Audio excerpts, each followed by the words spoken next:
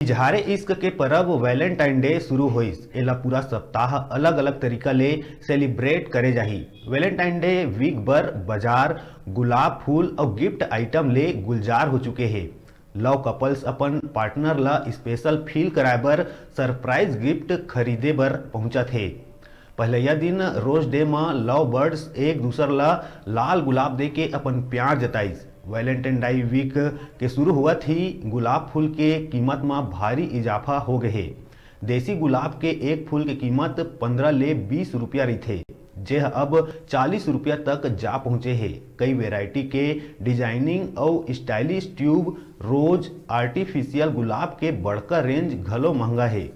Market में खुशबूदार देसी लाल और सफेद गुलाब के संग संग क्रिस्टल रोज, वुडन रोज, प्लास्टिक रोज, गुलाब पीलो, चॉकलेट रोज घलो अवेलेबल है।